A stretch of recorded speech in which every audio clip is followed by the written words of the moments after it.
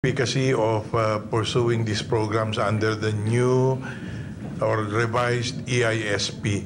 Pero meron lang ho kanina kayong sinabi na inoppose pa ho ito ni Justice Ekong priorly, ano? Ano bang nangyari nung bakit niyo ho inoppose?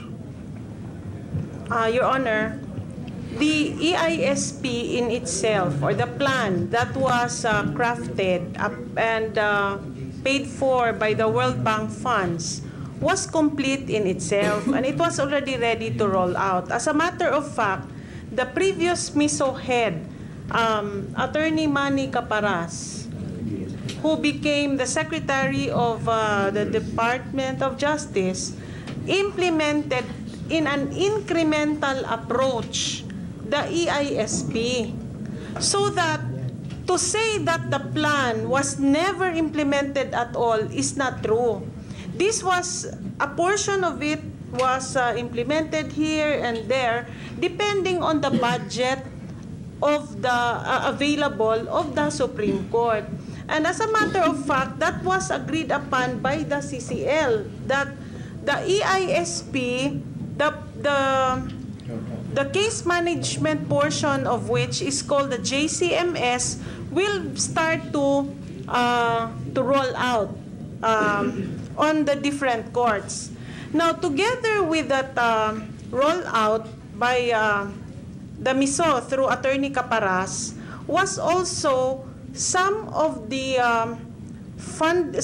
funding source were from the USAID. So there was around $20 million in grant from USAID to help us in the computerization, so that before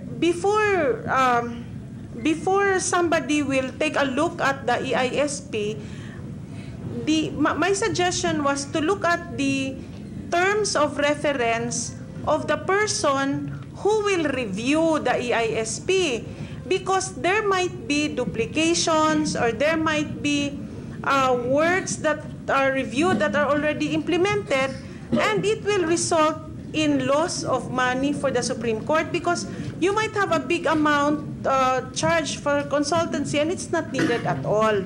So I wasn't really objecting to the review, because we understand that at that time, that was 2012, the plan, EISP, was made in 2009. So from 2009 to 2012, there was already a gap of 3 years. And you need to update the plan. So that was my only proposal, to first suggest to the Chief Justice to hold the signing of the contract with Ms. Makasaet, because at that point, Ms. Makasaet was already identified and her name was already revealed by Mr. Davis. Would you know why Mr. Davis was designated to head that MISO? Would you be, because you were the at that time, ano bang position mo no? I was the head of the Program Management Office, and Mr. Davis was my deputy. So we worked in the same office. So were you responsible for his being designated to No, MISO, Your Honor. even if he is not an IT guy? No, Or he Your was not an Honor. IT guy? At that time, the OCJ thought that our office needs retooling, and that the persons in the office need to have new skills, and the office take a new form.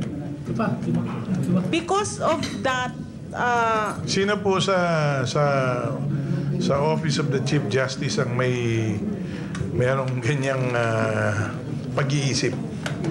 The Chief Justice herself? Yes, the Chief Justice Anybody herself. else aside from the Chief Justice? And all her assistants thought that our office was no longer relevant, so that we need to be retooled because we don't have the skills, or and that the office needs to change its function.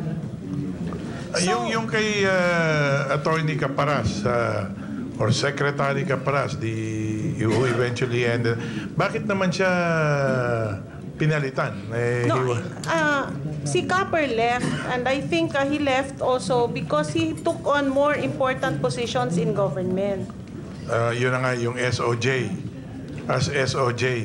MWS. Okay, please, Attorney Marquez. Your Honor, thank you. Just a background, yung pong opisina ni Justice Ekong is what we call the Program Management Office. PMO. Early on, we had a ad hoc committee which I headed. This was under Chief Justice Narvasa pa. And kami po yung nag-recommend to put up this Project Management Office because at that time, maraming mga offers of grants, soft loans, aids, yung mga development partners, World Bank, UNDP, ADB, SIDA, JICA, marami. So we needed a program management office to make sure that all these grants, these aids, these loans will not be overlapping at merong complementary, yung kanilang mga programs. So that was the main function of the program management office. So ang nangyari po habang meron tayong program management office, before I don't know. Well, si Justice Ekong was there already. She was the head. Nagkaroon po tayo ng EISP. Ito nga po yung Enterprise Information System Plan. Comprehensive plan for the entire judiciary. And this was paid through a soft loan extended by the World Bank. Now, nung meron na pong plano, ang susunod na step nun, implementation of the plan. Now, dyan ho nagkatalo kasi ang World Bank dati, ang gusto nila, one-time, big-time implementation of that plan which will cost the judiciary a huge amount na uutangin na naman sa World Bank. Sabi naman ni Secretary Caparas at that time, who was then the MISO chief, we don't need a one-time, big-time implementation of this plan, of this comprehensive plan. Pwede nating... Sino Chief Justice at that time? Puno and then Corona. Okay. Sabi po ni Secretary Caparas, pwede naman natin gawin yung planong yan, implement natin phase by phase. Mas mura yon at kaya natin, hindi natin kailangan umutang. So, ganun po ang naging discussion noon. Until nawala na po yung World Bank, hindi na po tumuloy yung World Bank, pumasok po yung USAID. And that is why whatever we are starting in the implementation of our comprehensive automated plan for the judiciary was actually, we use initially, yung USAID funds, which is actually a grant. So, hindi po utang yon. Later on, doon na-realize ng court na huwag na tayong tumanggap ng mga offers for soft loan, mag-antay na lang tayo ng mga grants. And that is what the court has been doing. So, ngayon po, yung sinasabi ni Justice De Castro kanina na e-court, which we are implementing, yung sinisimulan dapat nila Ms. Makasait na digitization of all court records and everything, and all other comprehensive computerization for the judiciary. Sinisimulan po yan through USAID funds. Ngayon, meron akong grant po yun. Ngayon, because of that initial grant by the USAID, nagbigay na rin po ang national government ng funds for it. So, yun po, ganun po ang nangyari doon. And the Chief Justice did not know that on or about this time that Justice De Castro inhibited herself from performing the CCL chairmanship role. Before I left, and during the time of Chief Justice, it was Chief Justice Corona din, meron na ho, nabigyan na kami ng pondo para sa 4 na projects. I just can't recall. Maybe, I think it's a big amount of money. And we were already implementing from that. Saan ho galing pera? But sa national, GAA, meron ho kaming binigay na pera. Magkano po yun? Kaso nang dumating ho si Helen Makasait, pinahinto niya. So dapat sana nagtuloy-tuloy na yun eh. Kaso nung pinahinto, so nung huling meeting namin, ang sabi, sige, meron siyang ni-recommend. Tapos ang ng CCL, sige, we will approve, but it will be subject to the decision of the court and bank. Okay. Hindi ko na nalaman kung hindi na umakyat sa court and bank yun. Nawala na yung Anyway, going back to Justice Eco. Justice, so hindi mo alam yung background na ito from what was described or narrated to us by Attorney Marquez. Hindi mo alam yan? Alam ko po because we were in close coordination with the Court Ad Marquez and Justice De Castro. Did you report that to the Chief Justice when you are PMO head? Sereno? When CJ Sereno came in late August Of 2012? of 2012, I was summoned by her, and she said that magaling daw akong judge at why am I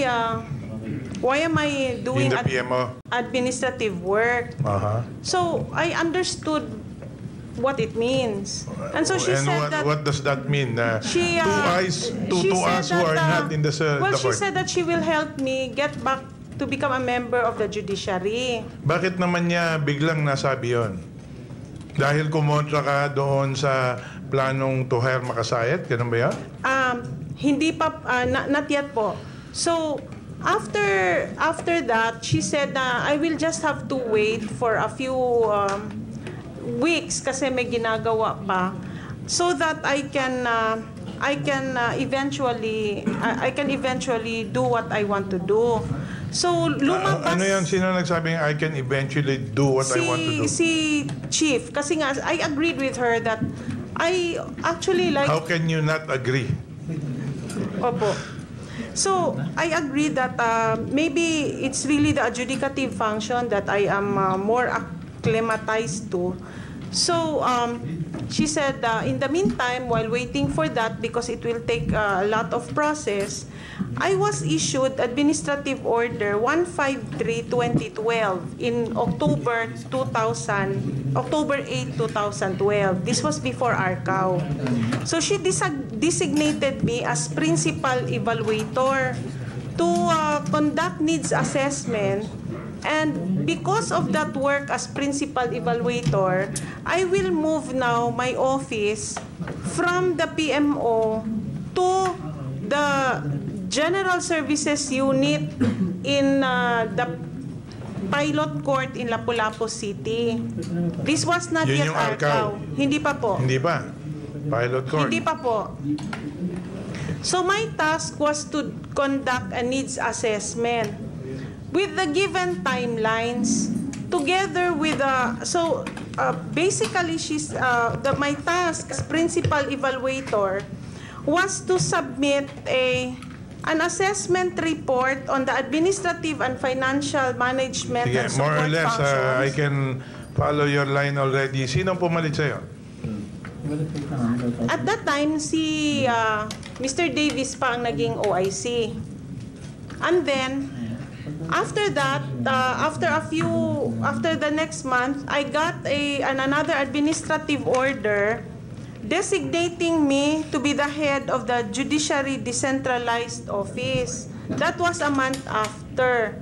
And with that, followed the en banc resolution, AM number 12119SC, where the Supreme Court supposedly ratified the Chief Justice's action designating me as the head of the Judiciary Decentralized Unit.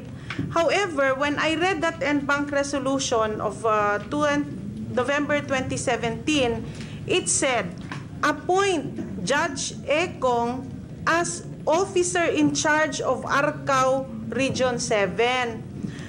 When I got this for a period of 2 months, when I got this en-banc resolution, I was really confused because how can I be appointed to an OIC position? Number one, should I take my oath as an OIC? As an OIC to what office?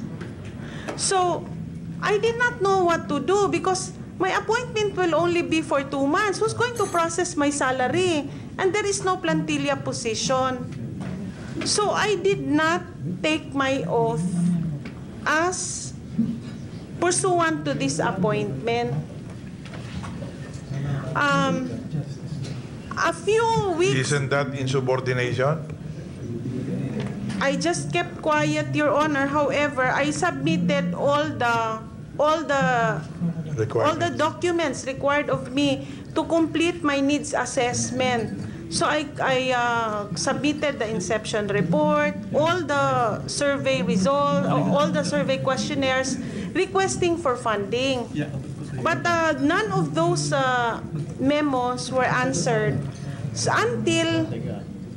until I was notified, until I read in the news that Justice De Castro questioned my appointment.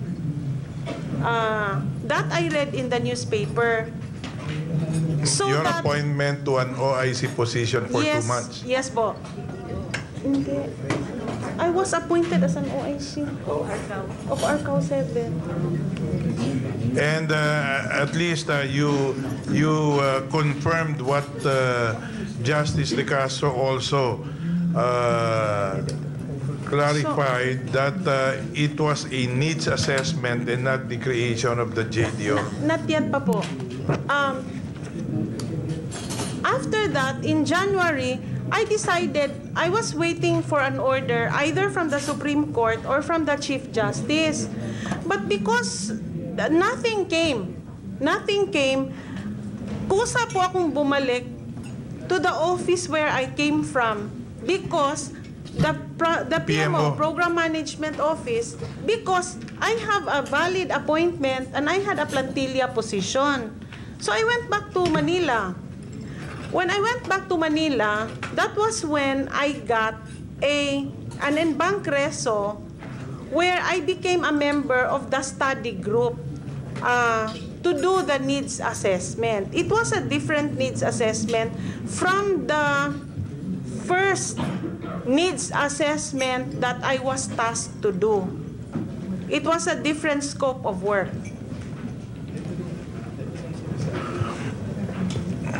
Kailan ka bumalik? January po. 2013. And so, in January 2013, I went about doing my task as a PMO head. Now, when I was there, Ed Davis was the OIC. At the time when I left... OIC of? Of PMO. PMO. So there was an OIC and I was there as the head. And so both of us will sign documents. Okay. And when both of us sign documents, both of us will submit reports, memoranda to the Supreme Court. And both are accepted? Justice Brion reacted. It was then at that time that Justice Brion reacted. And then he asked if I am present in the office or not. At that time, when Justice Brion reacted, the Chief of Staff of CJ Sereno called me. Who is? Attorney Hani Olivera. Instructed me to assume functions as PMO head. And I said, I already am there and performing functions. And then I was told, because in one of the en-banc meetings, when the memo was signed by Ed Davis as OIC, Justice Brion questioned the said memo. So then I was back and I was attending all the meetings starting January. That is why I still attended the CCL meeting, where this was that time when I said it would be better for the chief not to sign the contract with Helen Makasait yet, because we wanted to make sure that the inputs of the committee will also be considered. And at that time, actually, Inputs of the CCL. CCL. And at that Chaired time, by, at that time, by Justice De Castro. Okay. And I can clearly remember, Mr. Chair, at that time, there was no TOR yet. So, our problem... What is the covered dates of, to the best of your recollection? This was the first contract. So, Helen Makasait, as reported by Ed Davis, was already hired as a consultant, but the TOR was not yet firmed up. So I said, wala pang TOR. So I said, it's better to draw the TOR so that we are sure what is the scope of work to determine how much amount we're going to pay her.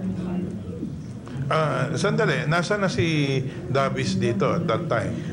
At that time, because we already got word that we will be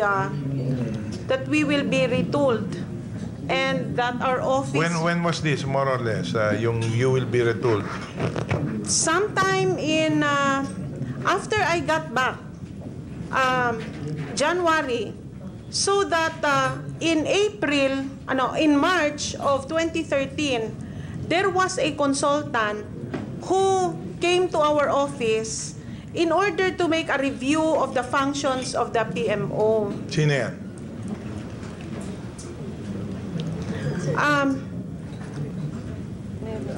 Babae.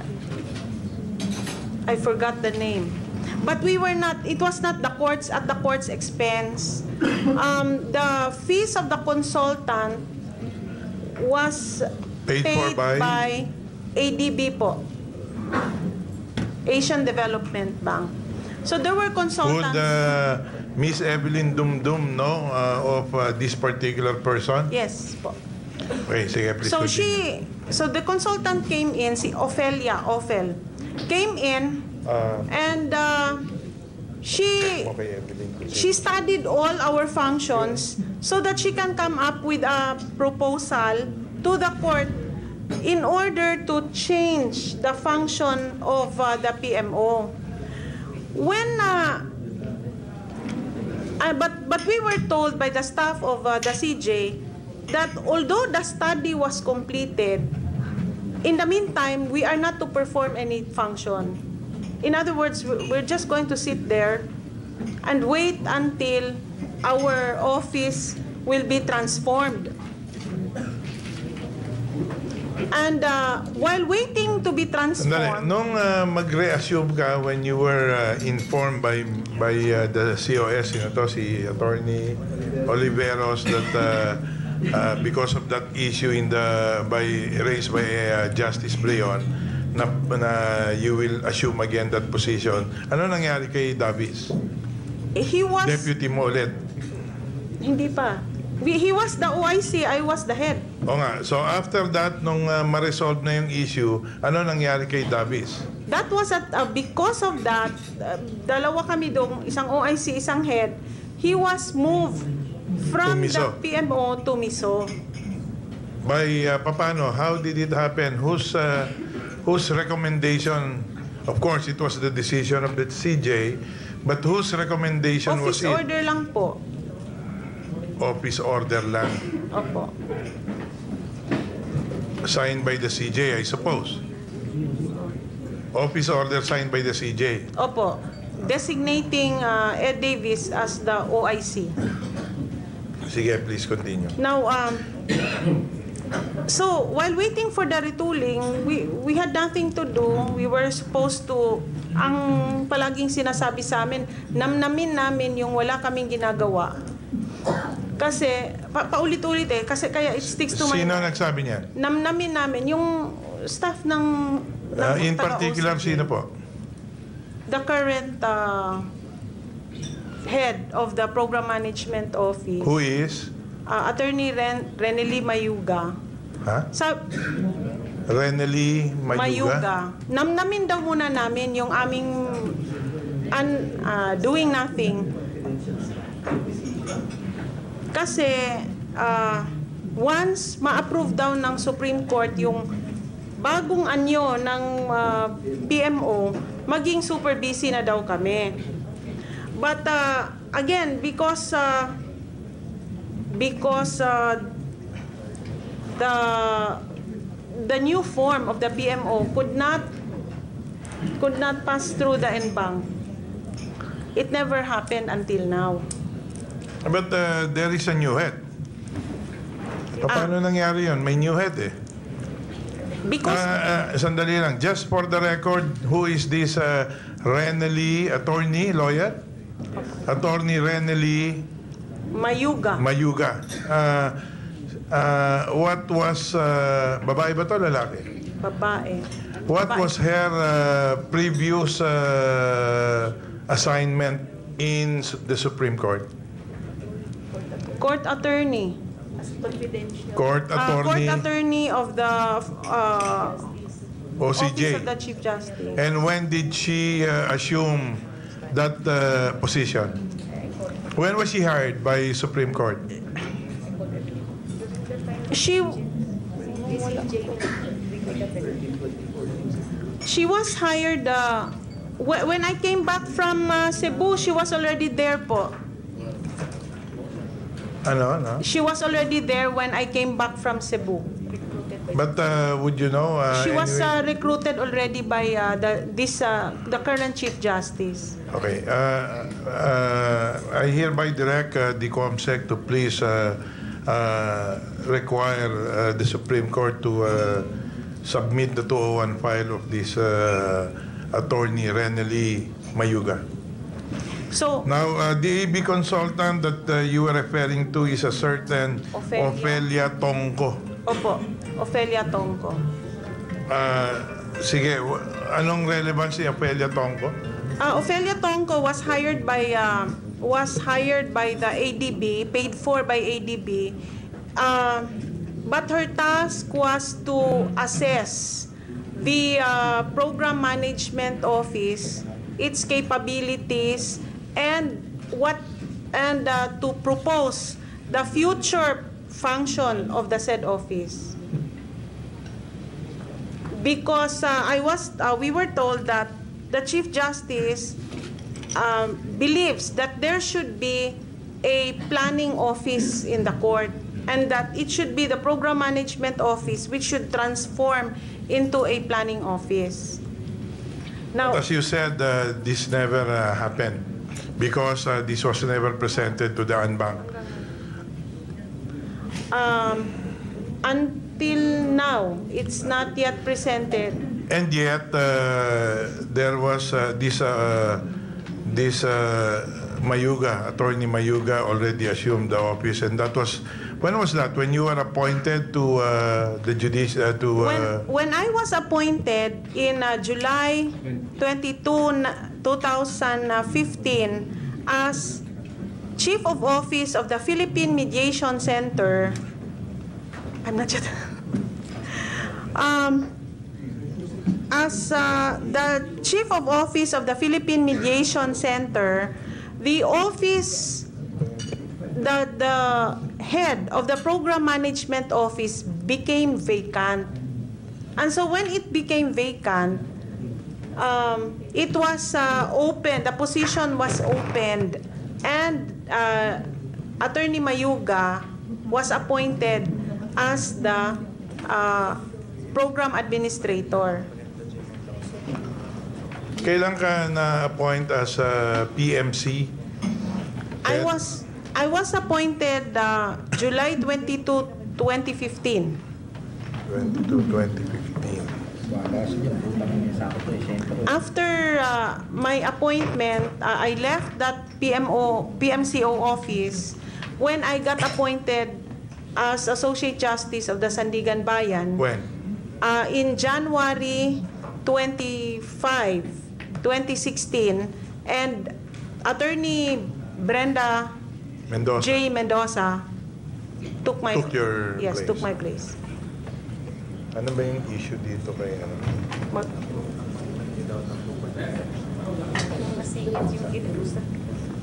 Yung appointment mo ba as a PMC was with the approval of the unbank?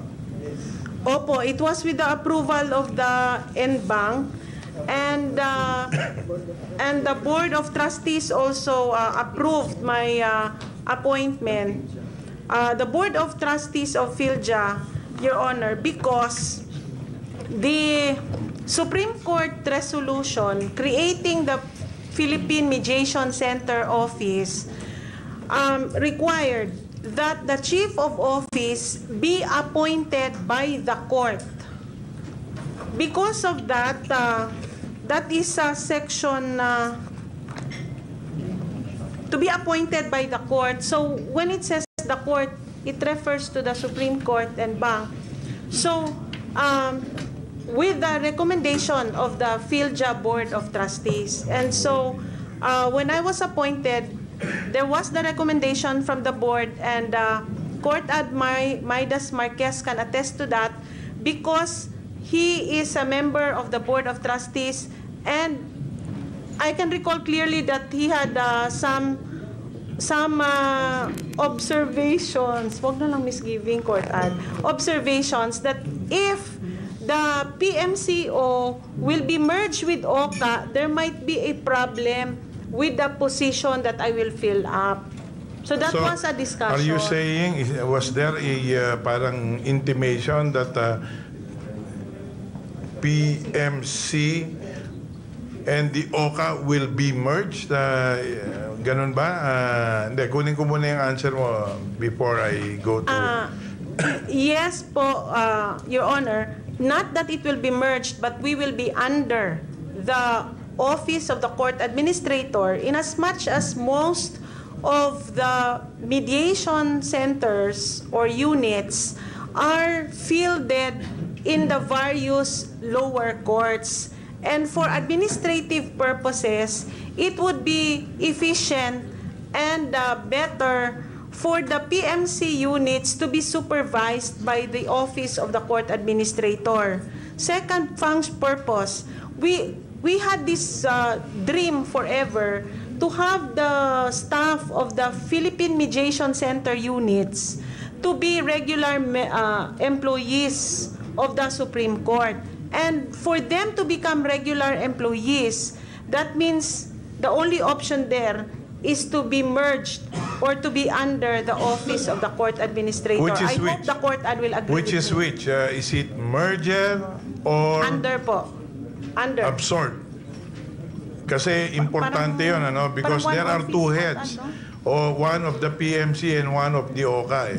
And these are both regular appointments, di ba? So, anyway, this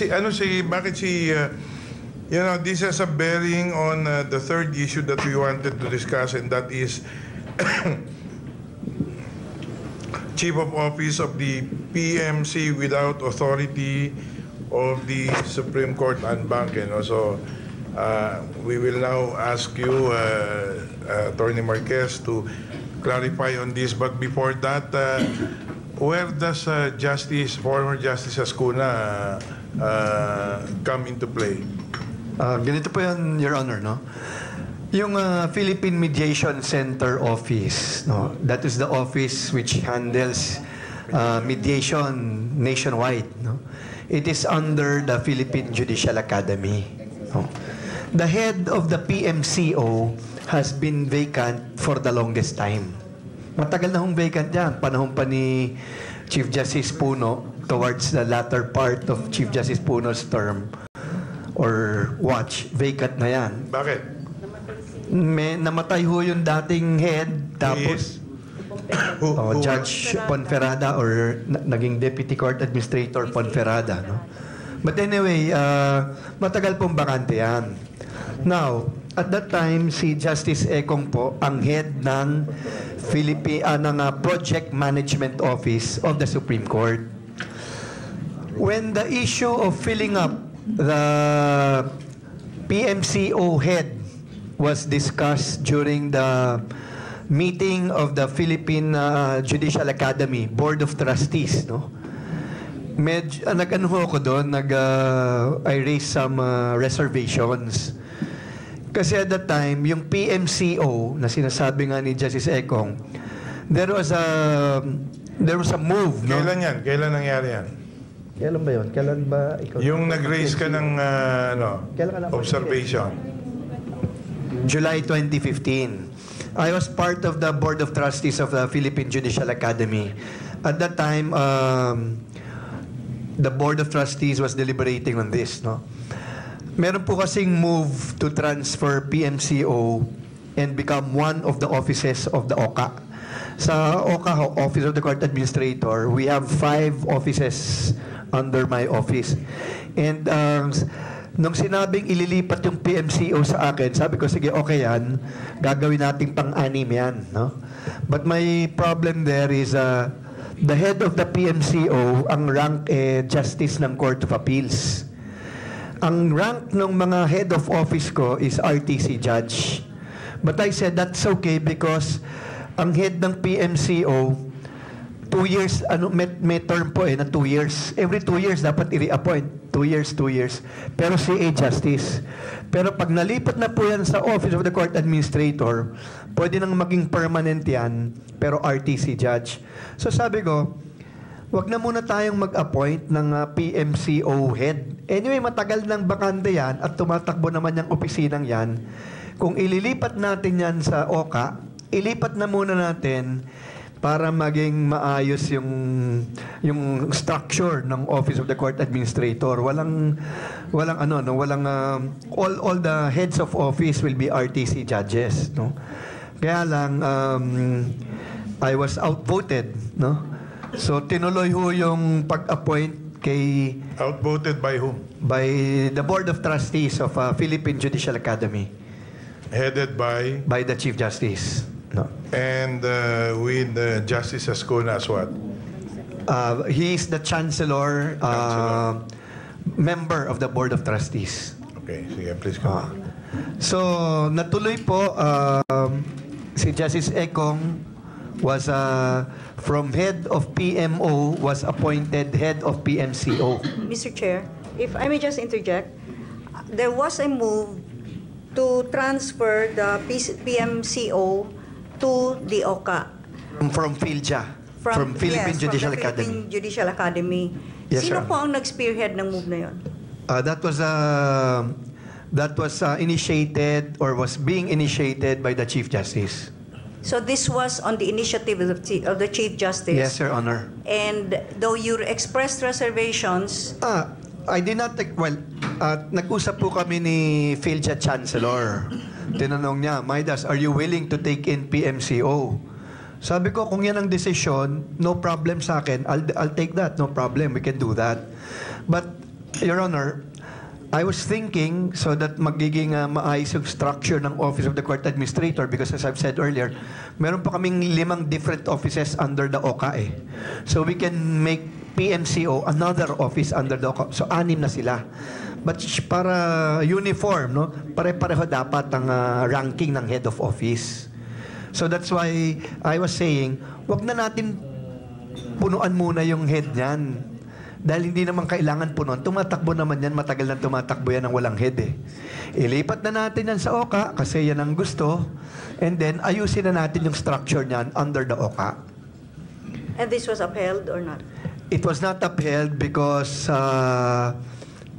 Judge Ekong or Justice Ekong was still appointed as PMCO.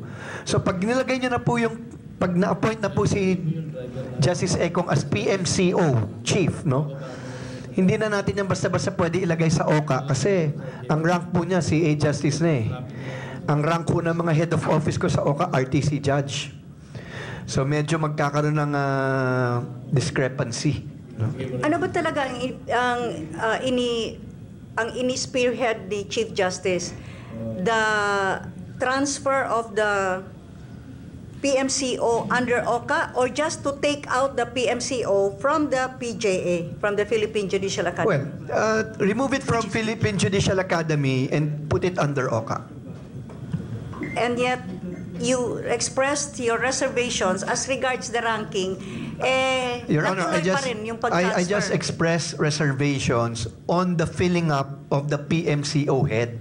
I did not express any in fact, I agreed to take in PMCO to become under OCA.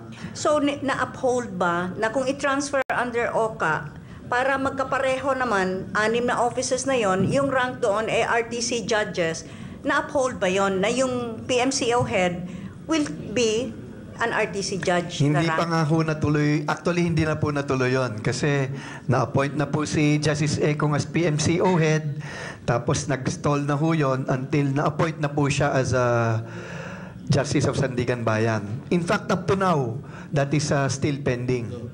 But is the PMCO now under OCA? Not yet. Still under Philippine Judicial Academy, Your Honor. Bakit hindi natuloy? Meron namang PMCO head na in the person of Brenda Mendoza, who however did not have the authority from the Supreme Court. Well, ngayon ho, pinag-uusapan ulit namin yon, how to go about it. So, tinutuloy po ulit yan ngayon, Mr. Chair. So, na-appoint kayo ng Justice, na-appoint kayo January of 2016. 2016 po. So, na-stall to for another 2 years. Mukhang merong striking similarity. Parang may penchant for 2-year delays ang Supreme Court. But, Your Honor, when I was already with the Philippine Mediation Center, I remember that we requested for a meeting, several meetings with Court Administrator Marquez, where he usually agreed to meet us so that we can come up with how to transfer PMCO to the office of the Court Administrator. Because if we listen to the clamor of the staff in each of the Philippine Mediation Center units, it is something that could not be delayed further because these people are hired on a contractual basis, our staff there, and for them to be regular employees of the judiciary, there is no other option viable that we can see except for the PMC to become a part of the office of the Court Administrator. To become a part. To become a part. Yes. So in that case, you will create positions, new positions. You will expand. Yes, Your Honor. And that requires a legislative fiat. May I know what was the justification of the Chief Justice in spearheading this move na kukunin from the Philippine Judicial Academy at ita-transfer sa OCA? Anong naging justification po niya? Would you know, OCA? Justice... Your Honor, the information I received was because yung PMCO po, no, Philippine Center Mediation Office, marami pong mga field units yan nationwide. And marami pong mga staff yan nationwide, no? And these are contractual staff. Hindi ho yan, wala akong plantilla positions yan, no? And since the heads of all the courts nationwide would be the executive judges, it was very difficult for the executive judges to supervise these PMCO unit members kasi nga hindi naman contractual sila no? So kung ilalagay natin yan under OCA, magiging maliwanag po yung supervisory authority of our executive judges over them, no? So talagang gusto silang ipasok under OCA so that we can also manage the PMCO staff, no? More than that, it's more than just the personnel that personally I thought would be advantageous. Office-wise, once the PMCO becomes part of the Office of the Court Administrator, then we will not have difficulty in finding office space within the halls of justice. In several of our Philippine Mediation Center units are housed anywhere. IBP or whoever can sponsor the unit itself. So if we become an organic member of the court, then it is now the court's responsibility to regularize the employees and to house the Your Honor. offices. Anyway, this matter is a concern more of the judiciary. But what is important for purposes of establishing the facts with respect to this particular issue is that when Justice Ekong was appointed PMCO or PMC head at that time, it was with the imprimatur of the court and bank.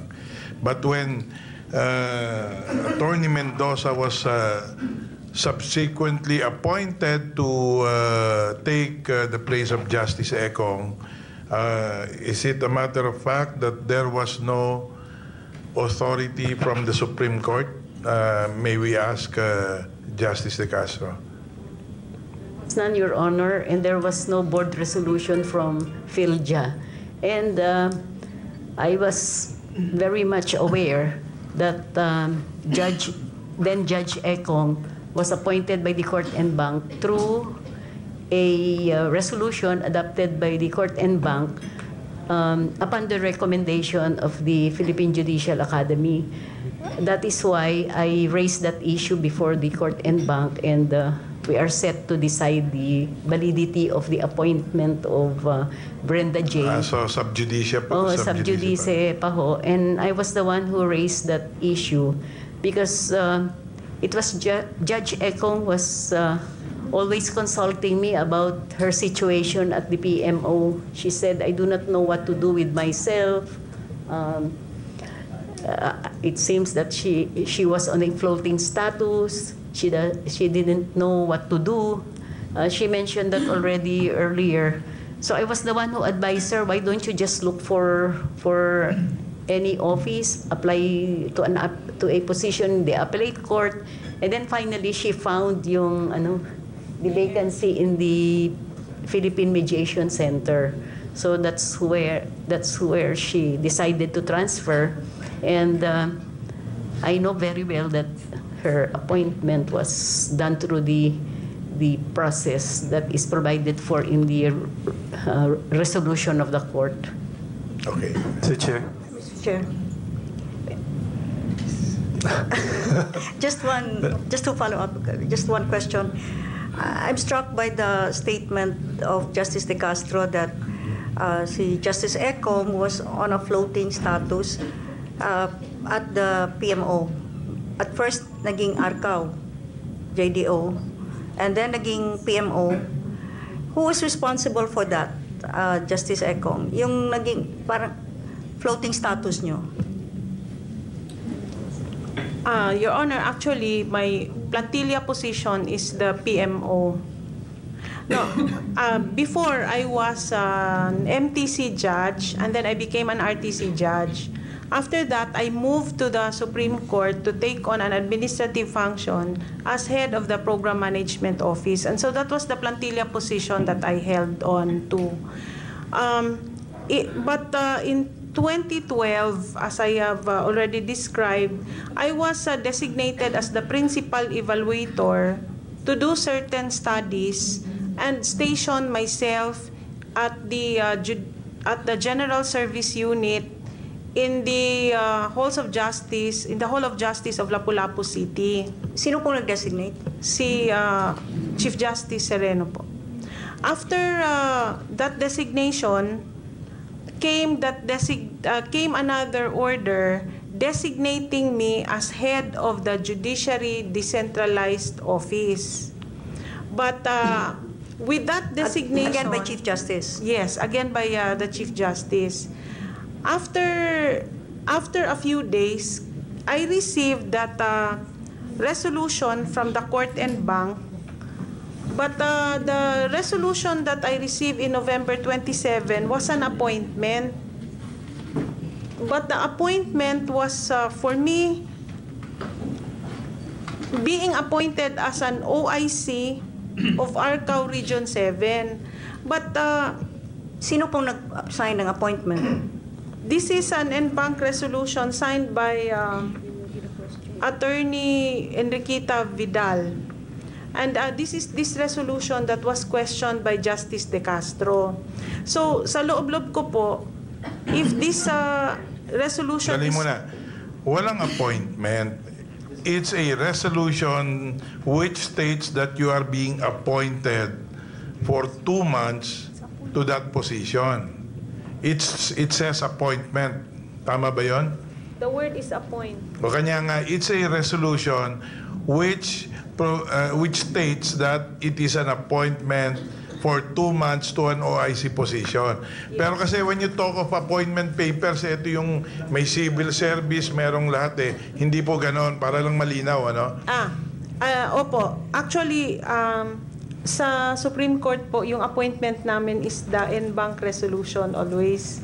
And from that resolution of the court en banc, this is what we bring to the civil service together with the oath of office. Ganon? Opo. Kaya nga po, I did not take oath because there is no plantilla. And I would not want to be appointed for 2 months only. This is a court supposed en banc resolution, which never happened.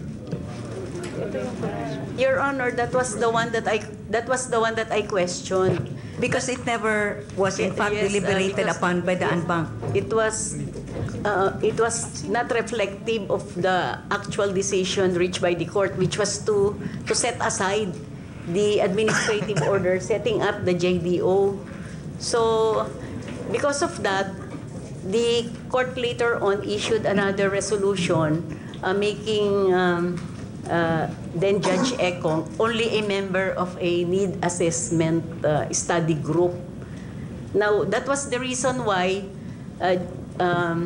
as PMO head then, Geraldine Ekong had to go back to the Supreme Court. Kaya siya napabalik sa Supreme Court kasi nawala na yung JDO niya.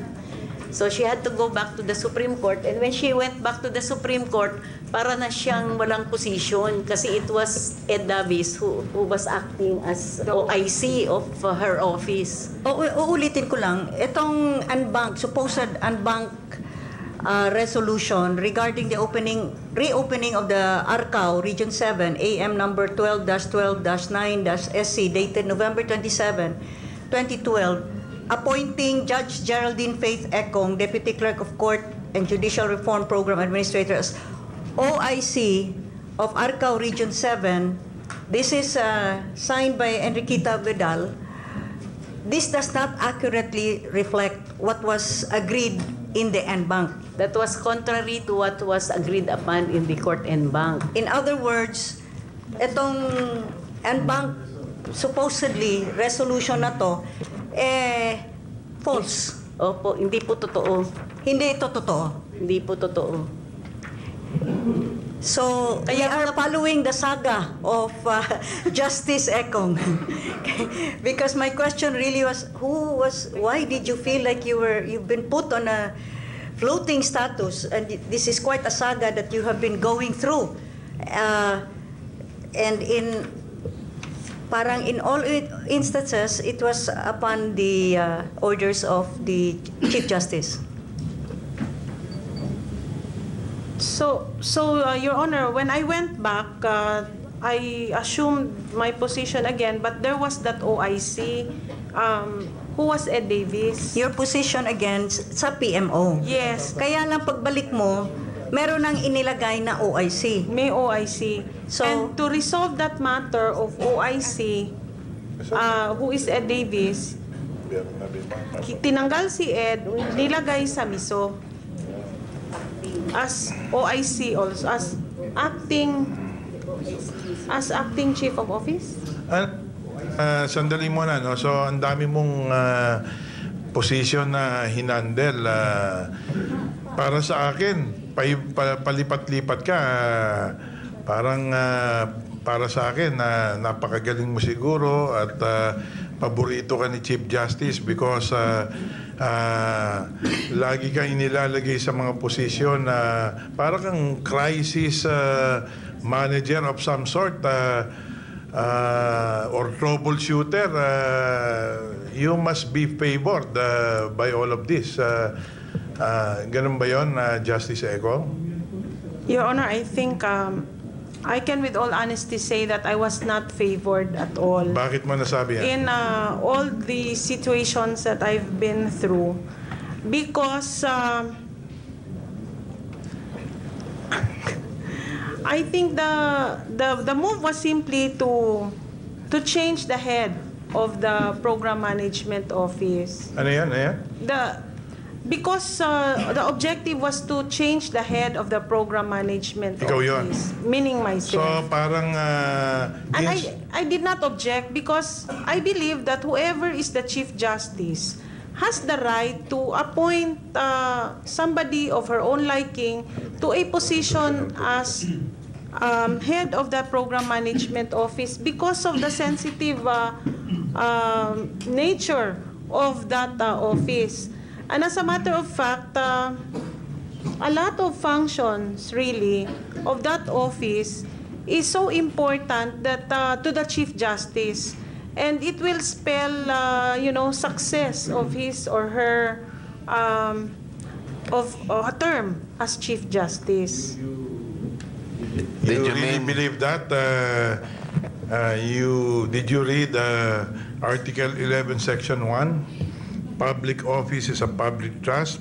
Public officers and employees must at all times be accountable to the people, serve them with utmost responsibility, integrity, loyalty, and efficiency, act with patriotism and justice, and lead modest lives. Yun po yung sinasabi. And I think we owe our allegiance to the Constitution, not to the person. So that baka parang sa akin, parang na-off balance ako nung sinabi mo, she has all the right to do whatever to any of the people within the Supreme Court, including removing you from that position, regardless of whether you are effective or not, efficient or not. Parang gano'n na sinasabi mo. And nakakalungkot ito dahil kung gano'n ang tingin natin that the supposed leader can commit injustices to people and do whatever she thinks is right for her, meron tayong Article 11 of the Constitution which states that public office is a public trust. Hindi kanyang Supreme Court, hindi niya pag-aari ang korte o maging ang mga tao dito na pwede niyang gawin kung anong gusto niya. It must be in accordance with Section 1, Article 11 of the Constitution. Dapat ganon, and all of us public officers must be minded of this constitutional provision. Pero anyway, just going back, tinatanong ko nga sa iyo, sabi mo, para sa akin kasi, kala ko, napakaswerte nito, favor dito, na kung saan may problema, doon ka nilalagay. Kung saan may trouble, doon ka nilalagay. Ang galing mo siguro. Para ikaw ang ilagay doon to troubleshoot.